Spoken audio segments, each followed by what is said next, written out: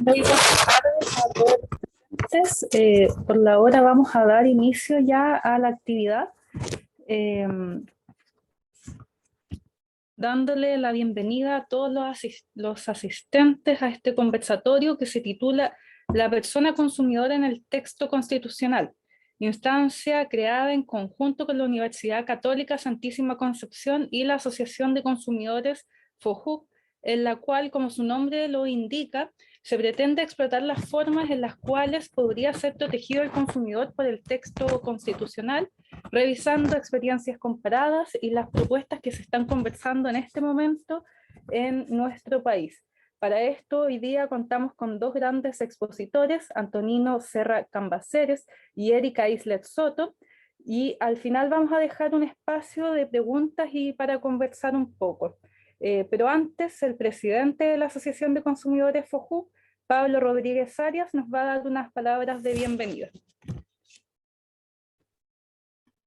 Bueno, primero que todo, saludo muy cordialmente a todas y a todos. Agradezco que se puedan conectar, esperemos que se vayan conectando. Sabemos que acá en Chile de repente son medio impuntuales, así que estoy seguro que se van a ir conectando en la medida, porque tratamos de empezar puntual. Primero que todo, comienzo agradeciendo a la Universidad Católica La Santísima Concepción por querer generar este evento en conjunto, y saludo a las personas que hoy día la representan acá en esta instancia, porque creo que es súper importante abrir esta discusión. Desde FOJUC ya hace muchos años comenzamos esta discusión con el primer proceso que se abrió en el año 2015, y en todo ese proceso hemos trabajado distintas instancias en torno a la constitucionalización de la protección de las personas consumidoras, y hoy creo que estamos en un punto histórico, político, jurídico importante en el cual tenemos que abordar, tenemos que como sociedad civil organizada movilizarnos, y tenemos que abrir espacios para que esta discusión se abra. Aprovecho sí o sí de agradecer primero a las dos grandes personas expositoras que están hoy día y que tienen la ardua labor de hacernos reflexionar y de darnos una mirada en torno a esto. Primero a Antonino Serra, que amigo de la vida, socio de honor de FOJUC además, y que estoy seguro que él, más que nadie, posiblemente nos puede dar una visión muy histórica, íntegra y minuciosa de lo que es el trabajo que implica el avanzar hacia la constitucionalización de estos derechos.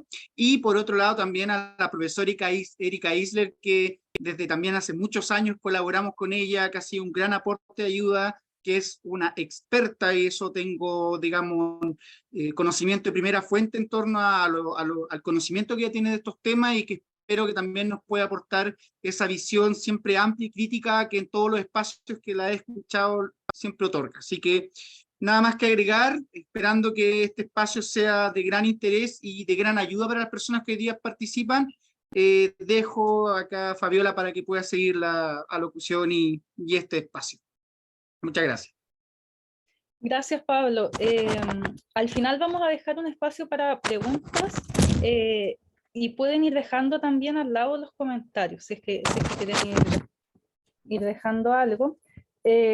Ahora voy a dar el pase al primer expositor, que es Antonino Serra Cambaceres. Él es abogado, experto internacional en protección al consumidor, trabajó por 24 años en Consumer International, fue coordinador del departamento legal de Adelco en Argentina y creador del sistema arbitral de consumo en Argentina.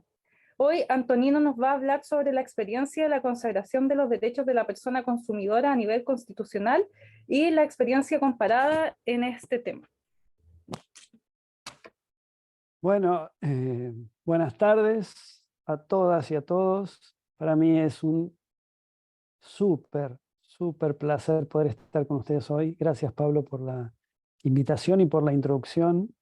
Gracias a la Universidad Católica de Concepción y a FOJUC por invitarme a este conversatorio. Para mí es un gusto. Y solamente agrego una cosa más a lo que dijo Fabiola en la introducción. Yo tuve la suerte, por esas cosas de la suerte de la vida de uno, de participar en el proceso de reforma de la Constitución de Argentina de 1994, en ese momento yo formaba parte de ADELCO, la Asociación de Consumidores, cuando se discutió la inclusión de el que es hoy el artículo 42 de la Constitución Argentina, que consagra los derechos de los consumidores. Entonces también me voy a referir un poco a eso, cuál fue mi experiencia directa de eso, que tal vez les pueda servir a ustedes para el proceso que están viviendo ahora. Básicamente en los no más de, espero, 10, 15 minutos que voy a ocupar, quisiera hacer un poco de contexto. No soy profesor de Derecho Constitucional, pero sí un poco de contexto, digamos, tal vez de cuestiones obvias, porque es importante que los derechos de los consumidores estén consagrados constitucionalmente, un poco de historia que conozco de cómo se fue dando este proceso en algunos países, y desde mi punto de vista, cuáles deberían ser las cosas que un artículo o un conjunto de artículos que consagren los derechos de los consumidores deberían contener para que los derechos de los consumidores estén, desde mi punto de vista, adecuadamente protegidos y salvaguardados. Refrescando algunos conceptos y leyendo algunas cosas para esta tarde,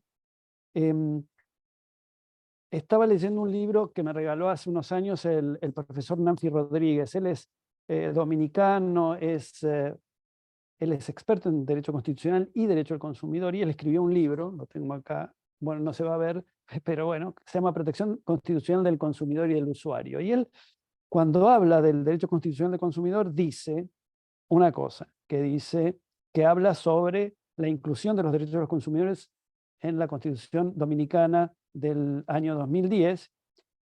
Dice, quiere decir que tras la Constitución del año 2010, cuando fue reformada la Constitución Dominicana, los derechos de los consumidores y los usuarios están blindados como la máxima jerarquía normativa en el corpus iuris dominicano como derechos fundamentales, conjuntamente con otros nuevos derechos. Yo creo que, ¿por qué leo este párrafo? Porque creo que acá surge un concepto importante que me parece que va a permear un poco, por lo menos mi corta charla de hoy. Es el tema de blindar, ¿sí? Creo, y no solamente creo, estoy seguro, de que la posibilidad de participar de una reforma constitucional es rara, y la posibilidad y la necesidad de incorporar los derechos de los consumidores en este proceso constitucional chileno es fundamental, porque no se va a dar otra vez, o sí se va a dar, pero vaya a saber cuándo, y es muy importante que estén consagrados, y que estén consagrados adecuadamente, me parece a mí. La inclusión de los derechos de los consumidores en las constituciones del mundo se dio como un proceso natural, diría yo, de crecimiento de los derechos de la tercera generación, ¿no? Todos los derechos ambientales, los derechos laborales, los derechos de los consumidores, en donde primero, diría yo, hubo toda una evolución legislativa en leyes y normas legales, y luego de a poco fueron incorporándose en los textos constitucionales, ¿sí? Y a mí me parece que además el hecho de incorporar los derechos de los consumidores en los textos constitucionales le da a los derechos de los consumidores no solamente justamente el rango de estar contenidos digamos, en la punta de la pirámide jurídica, sino que además les da yo diría, un matiz de emparentarlos, si no hacerlos directamente, como derechos humanos, en transformarlos en derechos humanos. Entonces, para mí esto es muy importante, porque además, como bien dice el profesor Lorenzetti, Ricardo Lorenzetti, argentino, el derecho al consumidor siempre fue un derecho de proteger al más débil, ¿no? Y esa es la esencia del derecho constitucional o de las constituciones. Es un conjunto de normas, de reglas, de principios para proteger a los más débiles contra los poderosos o contra los posibles abusos de los poderosos. Las constituciones de la mayoría de los países latinoamericanos contienen de alguna u otra manera consagrados los derechos de los consumidores. Solamente hoy, de los países más importantes latinoamericanos. Hay 2 países que no lo contienen, que son Chile y Uruguay. El resto, en mayor o menor medida, los contienen.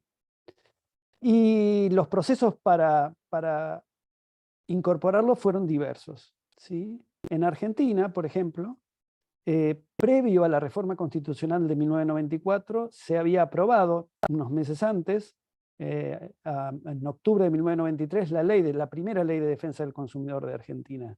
Y esto fue muy importante para la discusión en la Convención Constituyente, porque existían ya algunos, algunos conceptos que están plasmados en la Ley de Defensa del Consumidor y que se mostraron que era necesario que quedaran plasmados también en el texto constitucional. En el caso de otros países, esta mención a los derechos de los consumidores fue o más extensa. El artículo 42 de la Argentina tiene 3 párrafos y es bastante detallado, pero hay otras constituciones como la de Brasil, por ejemplo, la brasileña de 1989, 1988, perdón, en donde se menciona la protección del consumidor, se dice que el Congreso brasileño tiene que dictar un código de defensa del consumidor, pero los derechos de los consumidores se enumeran como un genérico, ¿sí? Hay que proteger a los consumidores, hay que dictar un código de defensa del consumidor, los derechos económicos deben ser protegidos. Desde Consumers International, mi trabajo en Consumers International, este proceso del constitucionalismo del derecho del consumidor se dio en la medida en que yo estaba allí trabajando. Y recuerdo que a raíz de esto hicimos algo en el año 2002-2003. En ese momento yo estaba a cargo de un proyecto, se llamaba el Diálogo Euro-Latinoamericano de Consumidores. Y decidimos dentro de ese proyecto que un texto que por los años 80, fines de los años 80, había elaborado Consumers International, que es la ley modelo para la defensa de los consumidores para América Latina y el Caribe, teníamos que actualizarla. Y una de las cosas que dijimos que actualizar es, como es una ley modelo, deberíamos generar una cláusula constitucional modelo. Y hoy estaba releyendo esa cláusula. Esa cláusula, después si quieren les puedo pasar el texto, pero esa cláusula era sumamente exhaustiva, ¿no? Y trataba de incorporar todo. Como buen modelo que es para que los países, de acuerdo a sus necesidades, pudieran sacar, poner, dejar, completar y demás, ¿no? Pero de todas maneras, esto se dio de manera natural. Y sé que hay en algunos casos de algunos países que han revisto sus constituciones posteriormente, lo han tomado como modelo. Tal vez pueda ser un modelo para la discusión en Chile, como digo, voy a pasar el texto, pero hay otras cosas que es muy importante para mirar cuando uno está legislando y sobre todo cuando uno va a legislar en la Constitución. Y eso es el único texto a nivel internacional, a nivel global, que avanza y que no solamente avanza, sino que toma o abarca los temas de la protección al consumidor, que son las directrices de Naciones Unidas para la protección al consumidor de 1985, que fueron actualizadas en el año 2015. ¿Sí? Y en las directrices, ¿sí? Creo que lo interesante digamos, de mirar a las directrices es que las directrices, una de las cosas que hicieron fue actualizar lo que se llaman los derechos básicos de los consumidores. Las directrices hablan de necesidades legítimas, ¿sí? Y las fijan en 11 puntos esenciales, ¿no? Porque lo que dice las directrices es, bueno, para atender a las necesidades legítimas de los consumidores es necesario que las políticas y los marcos legales de protección al consumidor, y yo incluyo sin duda las constituciones, toquen estos puntos. Y habla sobre el acceso de los consumidores a bienes y servicios esenciales, es el punto 1, la protección de los consumidores en situación vulnerable y en desventaja, la protección de los consumidores frente a los riesgos para su salud y seguridad, la promoción y protección de los intereses económicos de los consumidores, el acceso de los consumidores a información adecuada que permita hacer elecciones fundadas, la educación del consumidor, la disponibilidad del consumidor en medios efectivos o para los medios efectivos de resolución de controversias y compensación de daños, la libertad para constituir grupos u otras organizaciones pertinentes de consumidores y la oportunidad que esas organizaciones hagan oír sus opiniones en los procesos de toma de decisión, la promoción de modalidades de consumo sostenible, una protección de los consumidores que recurren al comercio electrónico que no sea inferior al que se dé en otra forma de comercio y la protección de la privacidad del consumidor y la libre circulación de información a nivel mundial. Como verán, estos 11 puntos, si uno los ve, en general, en las leyes de protección al consumidor, están en mayor o menor medida, con mayor o menor profundidad, incluidos. Bueno, yo creo que eso es una forma de, una guía que puede servir para qué debería tener una cláusula constitucional que consagre los derechos de los consumidores, ¿sí? En Argentina, como les dije, el proceso fue sumamente interesante. Hubieron como más de 70 proyectos que intentaban o que querían o que proponían, mejor dicho, la inclusión de los derechos de los consumidores de distinta manera y finalmente el texto final es el que hoy vemos. Yo recuerdo, en ese momento estando en una organización de consumidores, que una de las cosas por las que yo personalmente abogué fue porque se reconozca constitucionalmente la facultad de las personas de constituir organizaciones de consumidores. O sea, yo quería que las organizaciones de consumidores tuvieran ese reconocimiento constitucional. Yo sé que Erika va a hablar sobre digamos, el proyecto o la propuesta chilena y sé que ahí no están, con lo cual ahí hay algo que me parece que debería agregarse. Ojalá. Y lo bueno de, a ver, y lo bueno, es obvio que diría yo, la inclusión de los derechos de los consumidores a nivel constitucional no solamente permite darles este rango en lo alto de la pirámide jurídica, sino que además es una herramienta para el desarrollo también, no solamente política, sino también de jurisprudencia, ¿sí? En el caso de Argentina, la Corte Suprema de Justicia ha tomado en innumerables oportunidades las prescripciones del artículo 42 de la Constitución para basar su sentencia. Ustedes saben que la Corte Suprema en Argentina lo que hace es el control de constitucionalidad de las leyes. Pero también ha avanzado más, y tal vez eso es un ejemplo importante para Chile. Y voy a poner un ejemplo, tal vez uno de los más relevantes de la jurisprudencia de la Corte, de un fallo de un caso muy conocido que es el caso Alavi, en donde la Corte construyó de manera pretoriana las acciones colectivas, ¿sí? En Argentina no existe, incluso hoy, no existe una ley que regule las acciones colectivas y las acciones por intereses difusos. Y en este caso, Alavi, la Corte Suprema reconoció que determinados grupos o determinadas personas actuando por el colectivo o incluso por todos los consumidores tienen la facultad de presentarse y requerir el auxilio de los tribunales para resolver cuestiones.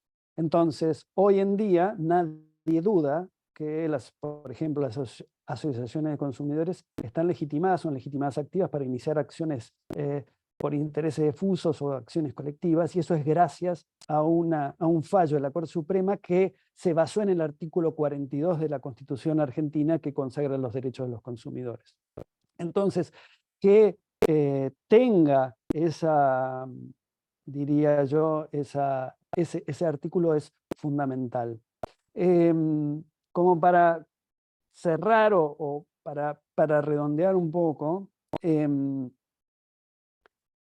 decía antes que enumeraba lo que dicen las directrices de Naciones Unidas para la protección al consumidor, pero creo que hay una cosa que dicen las directrices que es fundamental, y que es la primera necesidad básica que enumeran y que fue incluida en la reforma o en la modificación, en la actualización de las directrices en el año 2015, que es el acceso a bienes y servicios esenciales.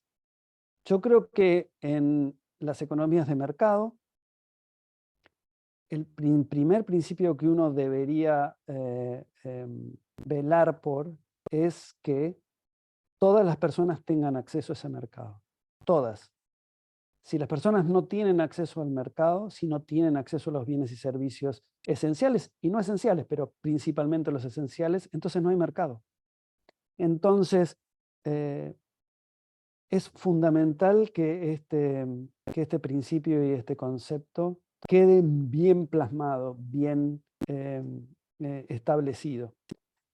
Y lo último que digo es importante que este conjunto de derechos esté en el texto constitucional.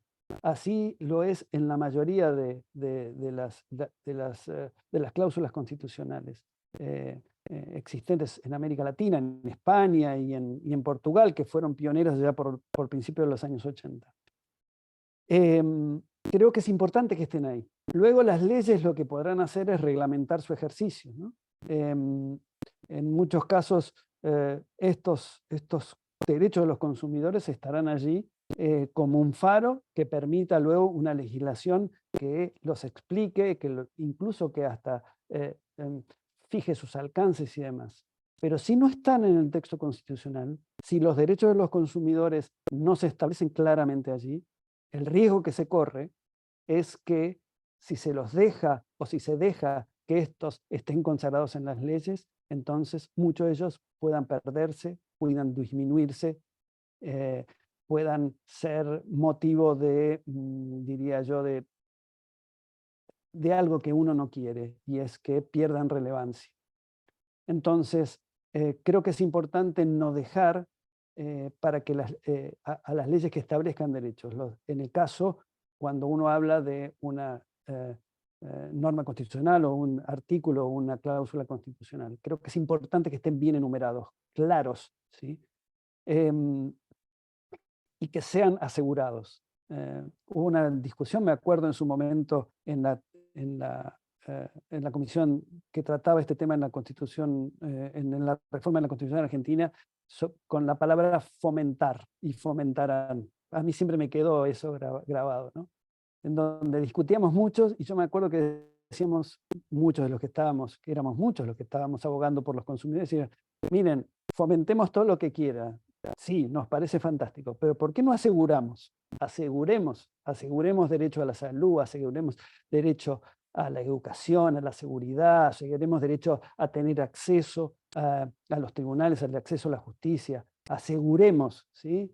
Aseguremos que los consumidores pueden formar organizaciones de consumidores y que el Estado va a fomentar, digamos, todas estas cosas, pero hay que asegurarlos. Creo que es muy importante. Lo último que digo es que están en un momento histórico importantísimo. Creo que no tengo dudas de que los derechos de los consumidores van a estar consagrados finalmente en el texto constitucional chileno. Sé del esfuerzo de todos ustedes porque ese texto sea el mejor posible. Me uno a eso, ojalá que sea el mejor posible, seguramente. Y creo que es importante concientizar a toda la población, todos somos consumidores, ya lo dijo Kennedy, a que la inclusión y la adecuada y la buena y la inclusión hecha bien de los derechos de los consumidores en el texto constitucional es fundamental y va a definir, yo diría, el comportamiento no solamente del mercado, sino de la sociedad en los próximos años. Yo pararía acá y bueno, muchas gracias por escucharme. Muchas gracias, Antonino. Ahora vamos a dar el pase a la siguiente expositora, Erika Isler Soto, quien es abogada, doctora en Derecho de la Pontificia Universidad Católica de Chile, experta en protección al consumidor y profesora investigadora de la Universidad Autónoma. Ella nos va a contar sobre la propuesta de comisión de expertos y en general sobre las opciones que actualmente se están discutiendo en nuestro país. Gracias, Fabiola. Traje una presentación cortita, ¿la puedo compartir? Sí, intente compartirlo usted, si no, yo igual la tengo acá. Mira, me dice que... Ah, no, ahora sí me permite. Mira. Ahí sí. Bueno, muy buenas tardes. De todas formas, esta presentación la dejé a disposición de FOHUC, así que aquellas personas que les interese la pueden solicitar. En primer lugar, muchísimas gracias a FOHUC por esta instancia, muchas gracias Fabiola, muchas gracias Pablo y también a Demis, quien me estuvo contactando vía telemática, y por supuesto a la Universidad Católica de Concepción, de la Santísima Concepción, principalmente a las personas de José Antonio Santander y el decano Carlos Céspedes, quien me invitó a participar en este seminario. Quería aclarar, al igual que dijo Antonino, yo tampoco soy constitucionalista, soy profesora de Derecho Civil, así que mis comentarios van principalmente desde el área, bueno, sobre todo el derecho de consumo, y concuerdo exactamente con lo que él dice, que este deseo de que podamos tener un texto bueno, un texto que finalmente abarque la necesidad al menos de la mayoría de los habitantes de este país, puesto que, tal como me imagino han visto en la prensa, las encuestas indican que probablemente la ciudadanía no aguante un tercer proceso, ¿ya? Entonces, es probable que esta sea, en el fondo, o es la posibilidad que tenemos de tener una constitución adecuada, o probablemente ya el proceso constitucional de este periodo quizás falle. Así que espero de corazón también que el órgano actual pueda ofrecernos un texto que deje en paz y un poco sea posible de ser aceptado por la amplia ciudadanía. Bien, simplemente unas consideraciones previas. Actualmente, bueno, está vigente la Constitución y le puse 80-2005 para no entrar en la discusión acerca de si realmente se trata de la Constitución del 80 o la versión del año 2005 firmada por Ricardo Lagos. Y este texto, tal como señalaba Antonino, no reconoce directamente o expresamente la protección del consumidor, ya en ninguna de sus formas, es decir, ni como protección del consumidor, ni los derechos básicos, ni el órgano, ni la agencia protectora, etcétera, ¿ya? Sí, no obstante, se ha extraído de ciertas disposiciones de la actual Constitución la protección del consumidor a propósito de ciertas materias específicas, y particularmente, por ejemplo, en materia de...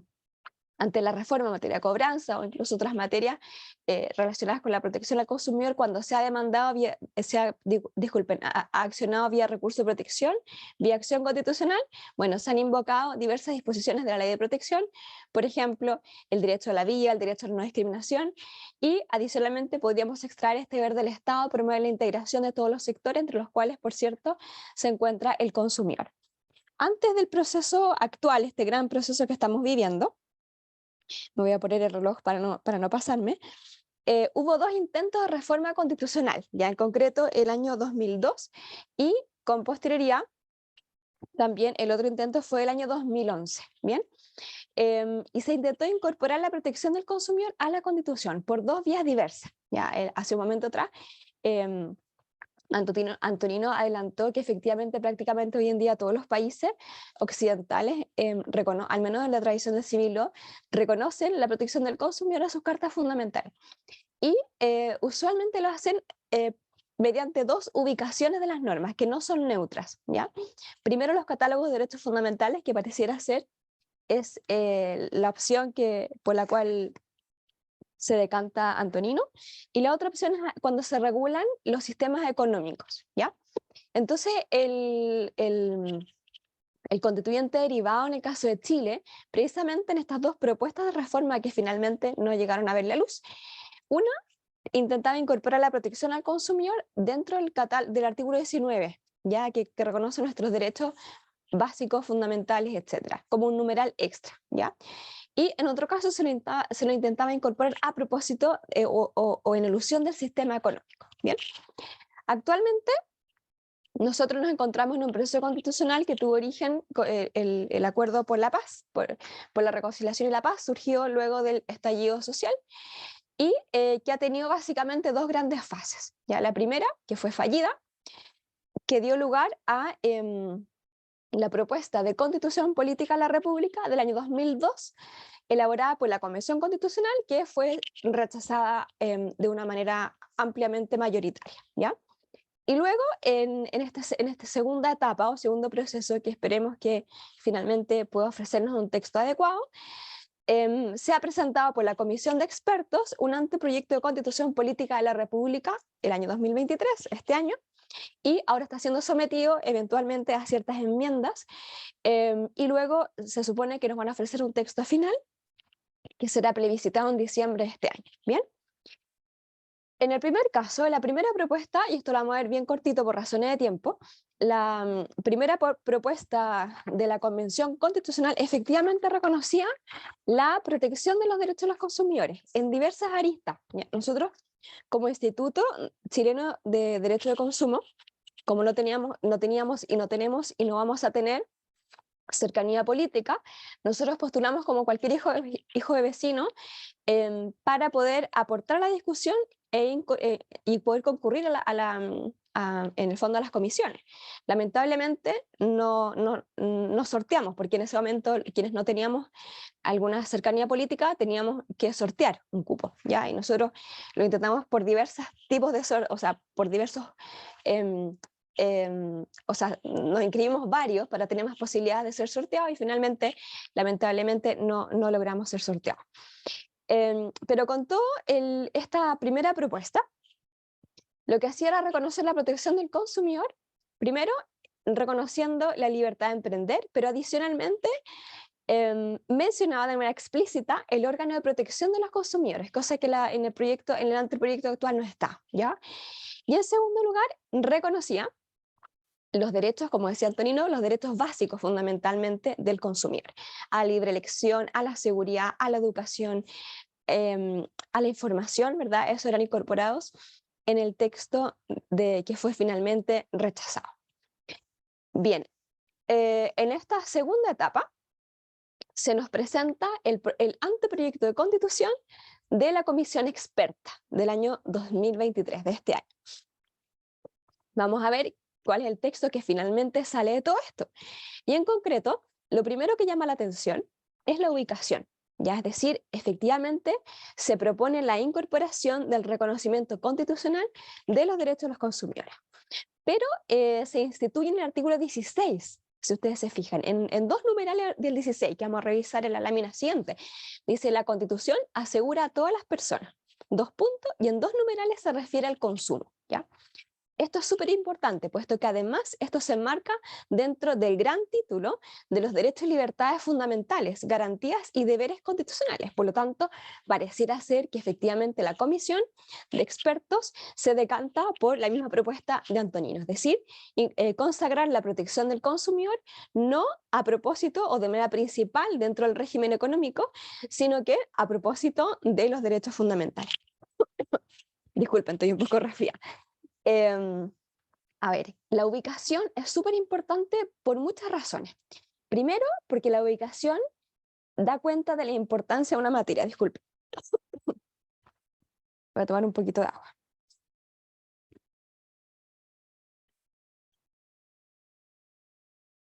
Da cuenta de la importancia de una materia.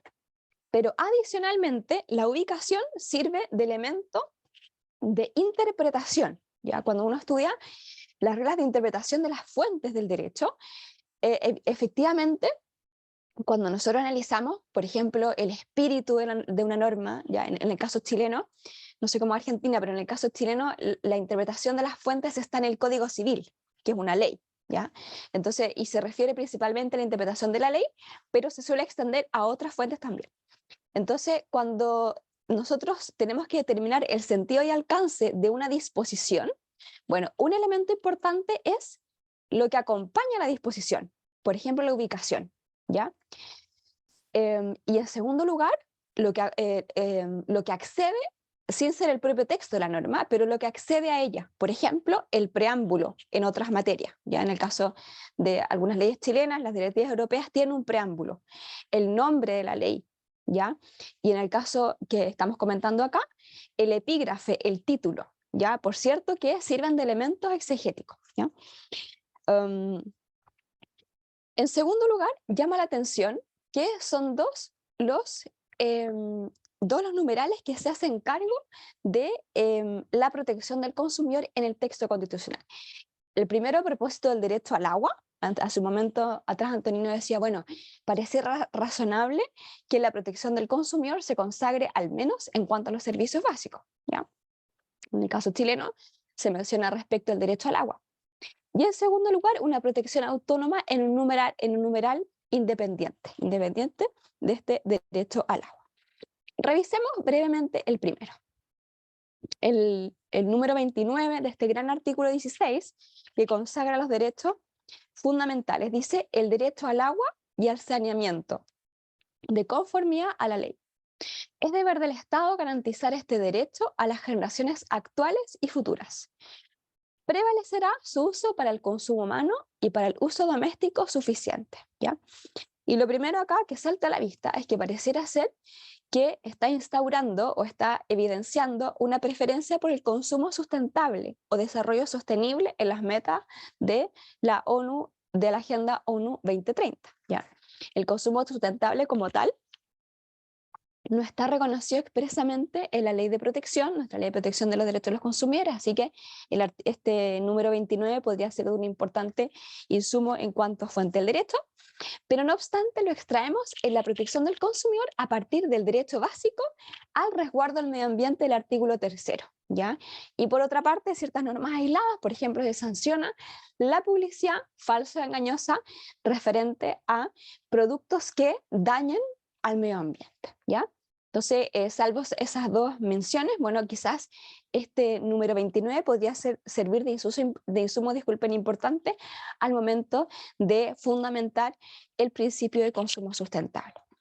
Por otra parte, evidencia también o podría servir de fundamento para sustentar la necesidad o reforzar en realidad de la continuidad de servicios, ¿ya? En el caso de los servicios básicos, como decía Antonino, son tan relevantes que precisamente, bueno, a nivel normativo, el legislador ya establece los deberes de prestar servicio continuamente, o sea, realmente solo en casos muy, muy excepcionales, el legislador permite que sea discontinuo, ¿ya?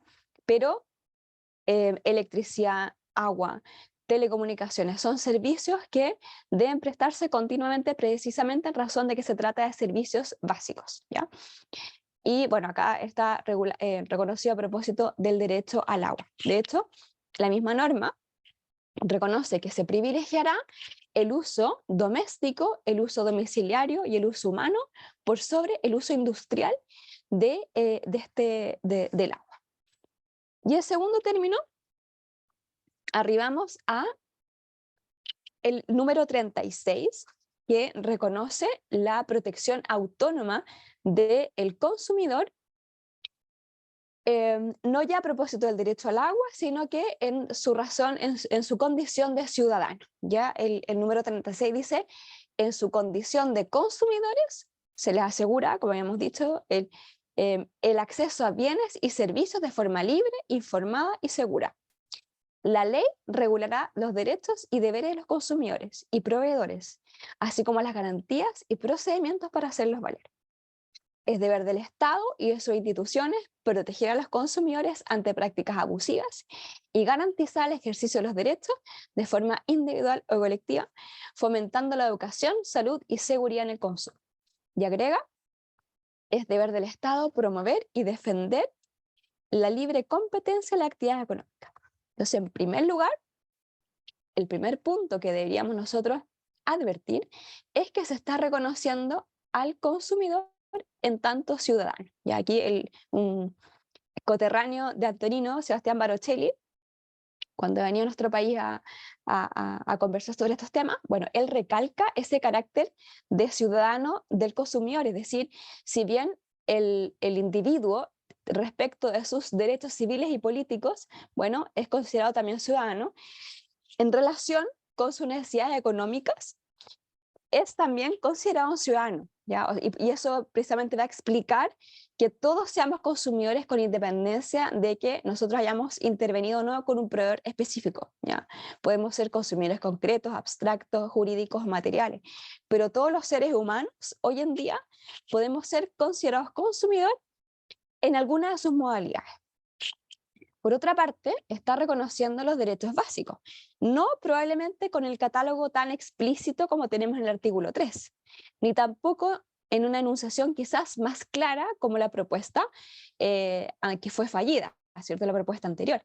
Pero este anteproyecto, ¿verdad?, habla del derecho a la información, derecho a la seguridad, el derecho a la salud, al consumo de bienes o servicios, y por lo tanto está reconociendo el resguardo de ciertos derechos básicos, ¿ya? Estos derechos básicos son derechos que suelen ser de corte constitucional, ¿ya? Por ejemplo, el derecho a la no discriminación, derecho a la salud, el derecho, a ver, no discriminación, siempre la no discriminación arbitraria es un derecho reconocido por las cartas fundamentales. El derecho a la salud se traduce en la aplicación concreta del resguardo de la vida y la integridad del ser humano, ¿ya? El derecho a la formación, el derecho a la educación. Entonces, y precisamente esto se puede advertir en que, tal como han explicado varios autores, aun cuando nuestra ley de protección no tuviera un artículo 3 que reconoce los derechos básicos, a ver, es mejor si lo tenemos, ¿cierto? Pero aún si no lo tuviéramos en la ley de protección, podríamos nosotros extraer estos mismos derechos de las cartas fundamentales, incluso de la actual. Ya aquí, por ejemplo, la profesora Francisca Barrientos, Marcelo Barrientos, bueno, nos recuerdan esto, nos dicen, desde luego es mejor que tengamos este catálogo de derechos básicos en el 3, pero si no estuviera, podríamos recurrir o extraerlos de las cartas fundamentales. De hecho, si alguien de acá se acuerda de esa reforma al procedimiento de cobranza extrajudicial, cuando se incorporan en el fondo nuevos tipos, nuevos principios en la ley de protección referido a la cobranza extrajudicial, se hace con la expresa intención de desincentivar el recurso o la acción de protección, porque hasta ese momento todas las prácticas abusivas de cobranza, por ejemplo, llamados en horas impertinentes, acosos telefónicos, por ejemplo, eran en el fondo resueltos o eran en el fondo demandados por los consumidores, no mediante una acción de la ley de protección, sino que en general mediante la interposición de una acción de protección, ¿ya? Y para evitar eso, bueno, se reforma el sistema de cobranzas de la ley de protección para desincentivar estas acciones constitucionales, ¿verdad? Y eso manifiesta que estos derechos de los consumidores, sobre todo los vinculados con la integridad y la dignidad, son de corte constitucional, ¿no? Y estos derechos básicos vinculados con lo que habíamos dicho hace un momento atrás, es decir, este carácter de ciudadano del consumidor, bueno, son derechos de una titularidad amplia, es decir, todos somos titulares de estos derechos, la seguridad, la educación, la información, con independencia de si hemos contratado o no. Si además contratamos, tenemos otros derechos, pero nosotros por ir a un local comercial ya tenemos derecho a la seguridad, a la información y a la libre elección. Bien, por otra parte, reconoce también la protección del interés individual y supraindividual del consumidor, ¿ya? Respecto a los intereses supraindividuales, habla de interés colectivo. Nosotros sabemos que el interés supraindividual, al menos en la legislación chilena, admite dos modalidades, que es el colectivo y el difuso, ¿ya?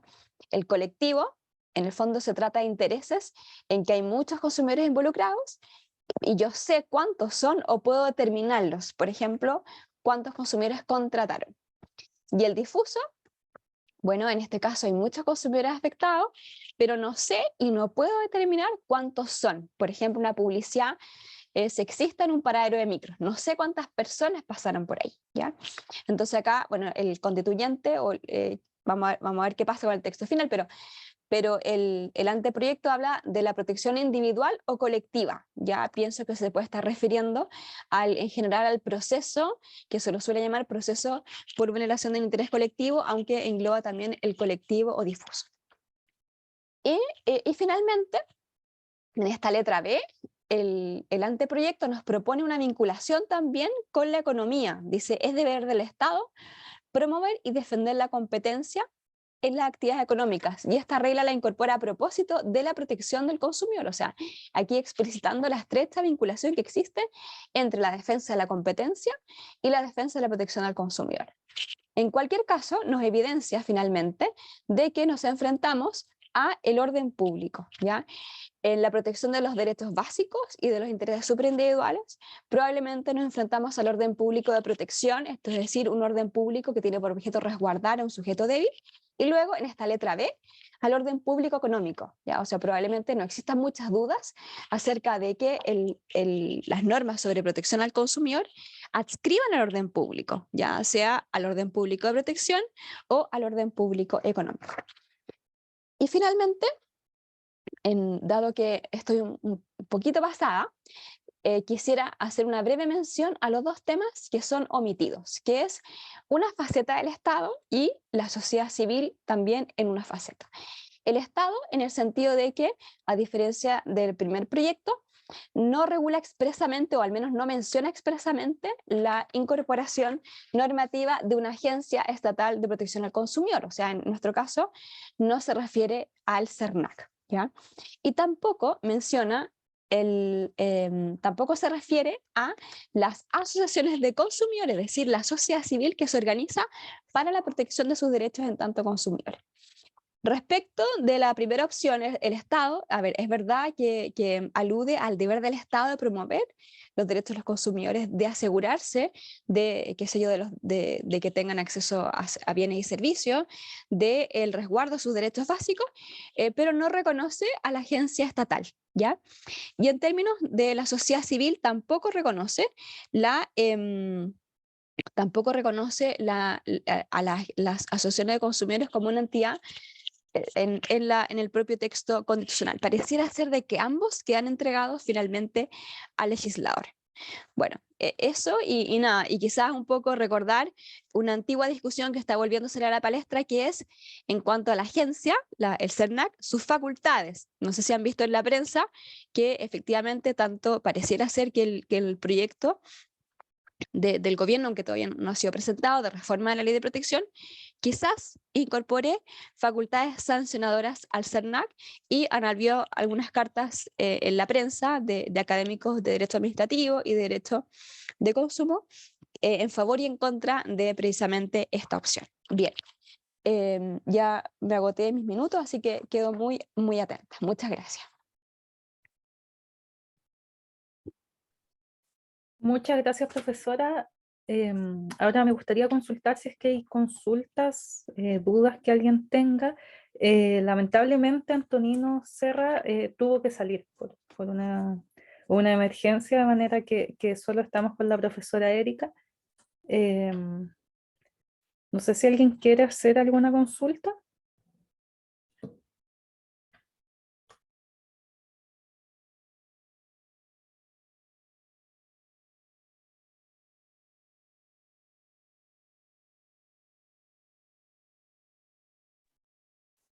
No hay dudas en el chat tampoco, de manera que vamos a dar cierre a esta actividad. A ver, ahí.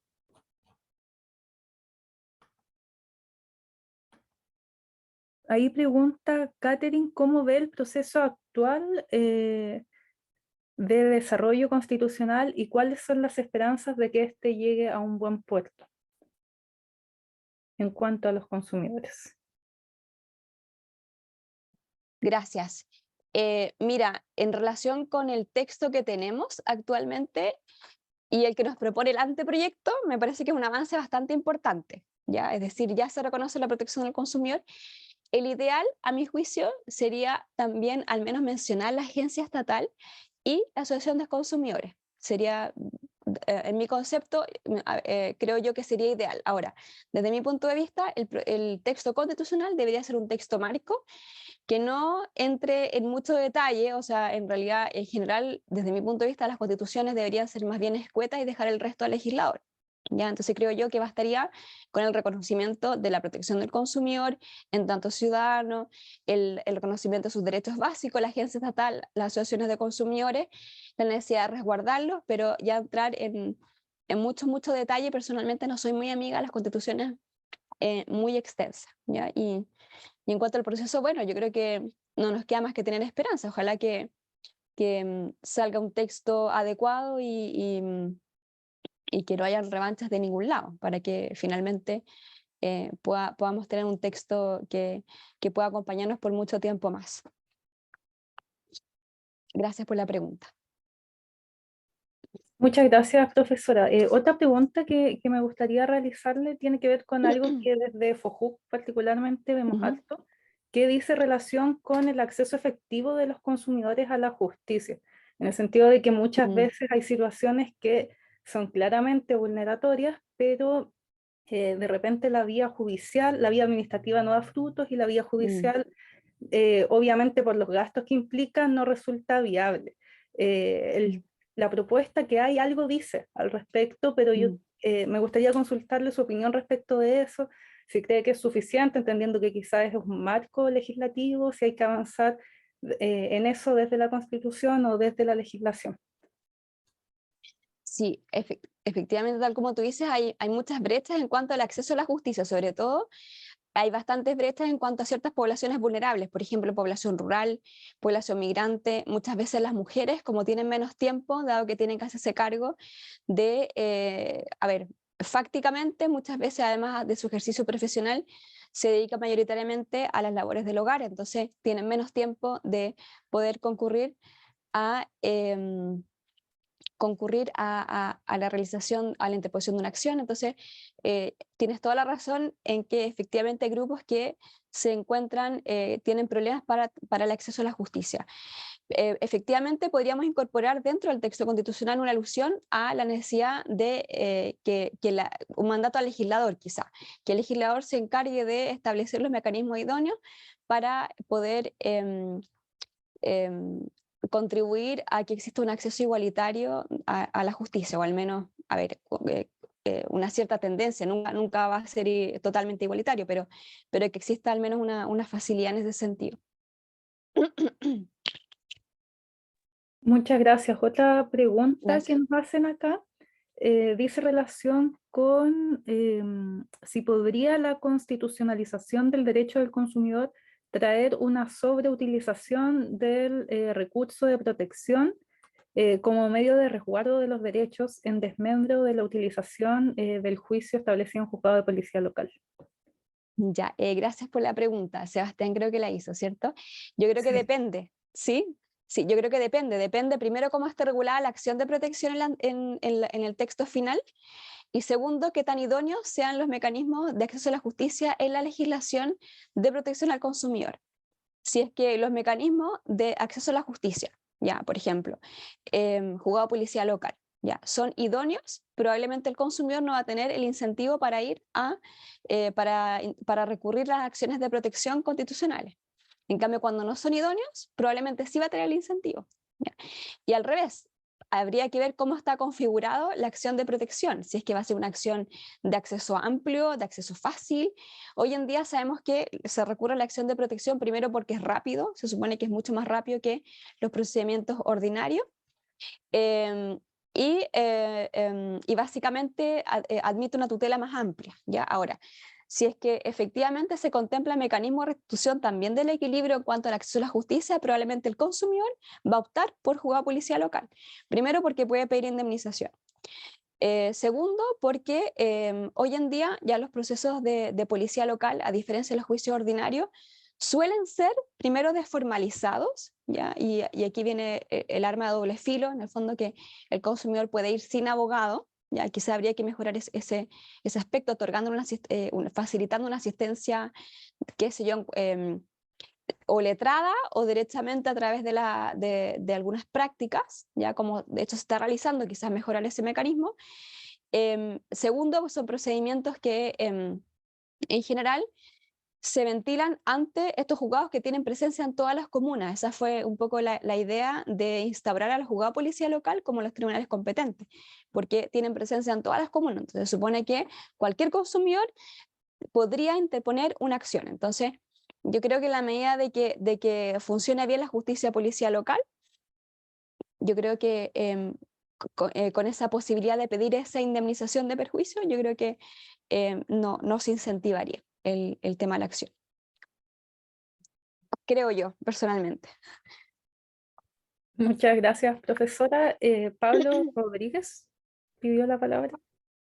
Sí, primero que todo, gracias, Fabiola, gracias, profesora, también doy las disculpas de Antonino, que tuvo que salir, pero creo que también nos entrega un buen insumo, pero justamente para la profesora Isler, algo que nombró, pero quizás también pedirle su opinión, que creo que de hecho desde FOJUC también así lo trabajamos, lo entendimos, que tiene que ver con la ubicación de esta consagración constitucional, ¿ya? Porque justamente la pregunta anterior yo creo que justamente se da porque se sigue entendiendo que, claro, los derechos de las personas consumidoras efectivamente son derechos, en este caso de tercera generación, etcétera, pero nosotros también lo comprendemos como un principio del régimen económico constitucional.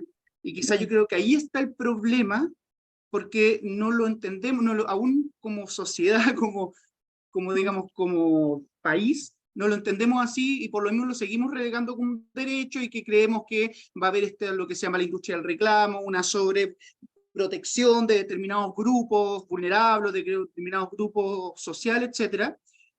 Pero yo creo que, ¿por qué cree usted la importancia de quizás, que ya no fue ahora, pero que en lo que avance entendamos que la protección de las personas consumidoras no solamente es un listado de derechos que tenemos que poner a la vista para que se protejan, sino que por sobre todo debería ser o debe ser un principio del régimen económico constitucional?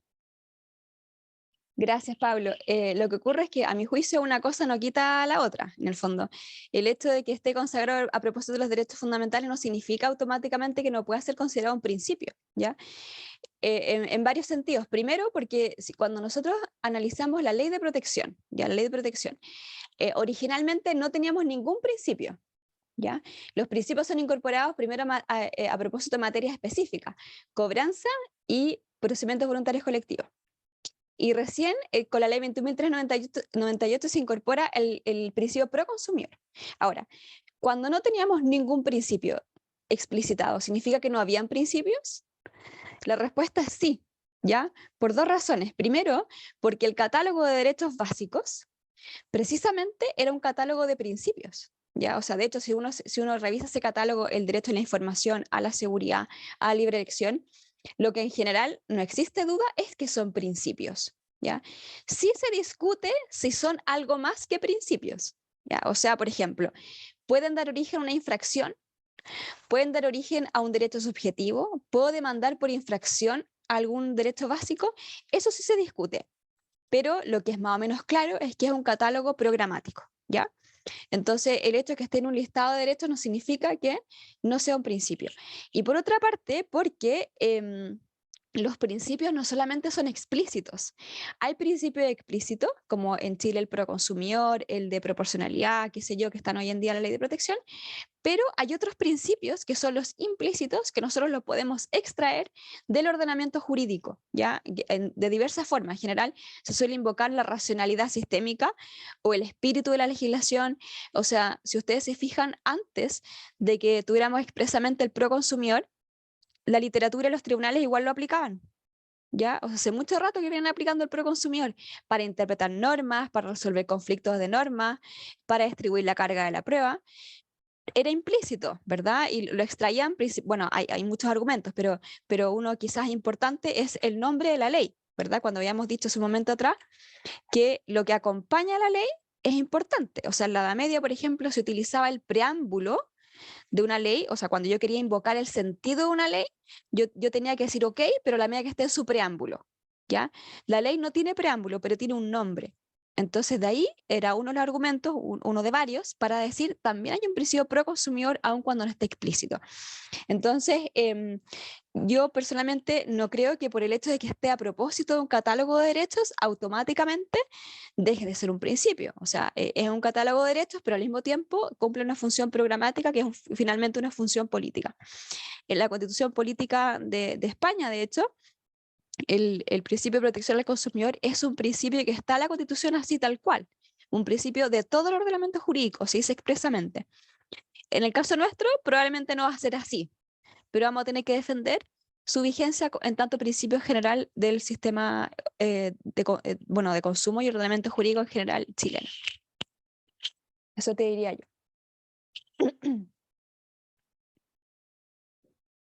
Muchas gracias, profesora, y a todos los participantes. Por la hora vamos a dar término a esta actividad, agradeciendo particularmente al profesor Carlos Céspedes, José Antonio Santander, que vi que estaba por ahí también, por su disposición a realizar esta actividad y todas las gestiones. La verdad es que sin eso no hubiese sido posible esta actividad. A los estudiantes y asistentes, por participar, por la difusión igual que se le dio a esta actividad, y por supuesto de forma muy especial a la profesora Erika Isler por el gran análisis y todos los comentarios y la disposición que siempre tiene a participar en estas actividades, y a Antonino Serra también por el análisis realizado desde todo lo que implica la experiencia a nivel internacional que él tiene, y eso, simplemente dejarlos invitados a estar atentos a las instancias de participación que hay en nuestro país, a informarse sobre nuestros derechos como consumidores y a acercarse a nosotros si es que tienen alguna duda o quieren participar en alguna instancia. Muchas gracias. Muchas gracias, gracias por la invitación. Gracias.